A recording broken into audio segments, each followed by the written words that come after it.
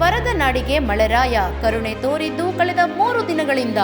ಹಾಗಾಗಿ ಸುರಿಯುವ ಮುಂಗಾರು ಮಳೆಗೆ ರೈತ ನಿಟ್ಟುಸಿರು ಬಿಟ್ಟಿದ್ದಾನೆ. ಅದರಂತೆ ತಾಲೂಕಿನ ಕೆಲವು ಭಾಗಗಳಲ್ಲಿ ಭಾರೀ ಮಳೆಯಿಂದ ತೋಟಗಾರಿಕೆ ಬೆಳೆಗಳು ಸಂಪೂರ್ಣವಾಗಿ ನೆಲಕಚ್ಚಿದ್ದು ರೈತರ ಬೆಳೆಗಳು ಸಂಕಷ್ಟದಲ್ಲಿವೆ.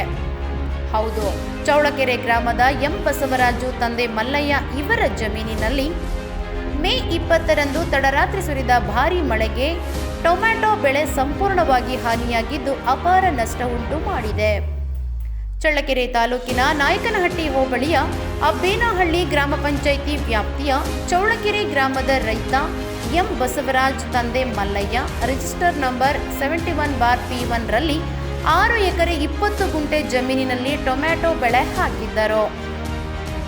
ತಡರಾತ್ರಿ ಸುರಿದ ಭಾರೀ ಮಳೆಗೆ ಜಮೀನಿನ ಏರಿ ಒಡೆದು ಹೊಲದೊಳಗೆ ನೀರು ನುಗ್ಗಿದ್ದು ಬೆಳೆ ಹಾಗೂ ಬೆಳೆಯ ಸುತ್ತ ಹಾಕಿದ್ದ ಟೊಮೊಟೊ ಸಸಿ ನೆಲ ಕಚ್ಚಿದೆ.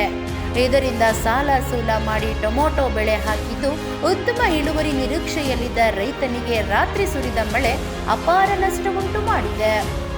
ಕೂಡಲೇ ಸಂಬಂಧಪಟ್ಟ ಅಧಿಕಾರಿಗಳು ಬೆಳೆ ನಷ್ಟ ಪರಿಹಾರವನ್ನು ನೀಡಲು ರೈತ ಎಂ ಬಸವರಾಜ್ ತಂದೆ ಮಲ್ಲಯ್ಯ ಜಮೀನಿಗೆ ಭೇಟಿ ನೀಡಿ ಸರ್ಕಾರದಿಂದ ಬೆಳೆ ನಷ್ಟ ಪರಿಹಾರ ಕೊಡಿಸಬೇಕು ಎಂದು ಒತ್ತಾಯಿಸಿದ್ದಾರೆ. ಮತ್ತಷ್ಟು ಸುದ್ದಿಗಳಿಗಾಗಿ ಸಿಟಿ ಚಾನೆಲ್ ಚಳ್ಳಕೆರೆ ಸಬ್ಸ್ಕ್ರೈಬ್ ಮಾಡಿ. ನಮ್ಮ ಚಳ್ಳಕೆರೆ ಟಿವಿಯನ್ನು ಪ್ರತಿದಿನ ಸಂಜೆ 8 ಗಂಟೆಗೆ ವೀಕ್ಷಿಸಿ.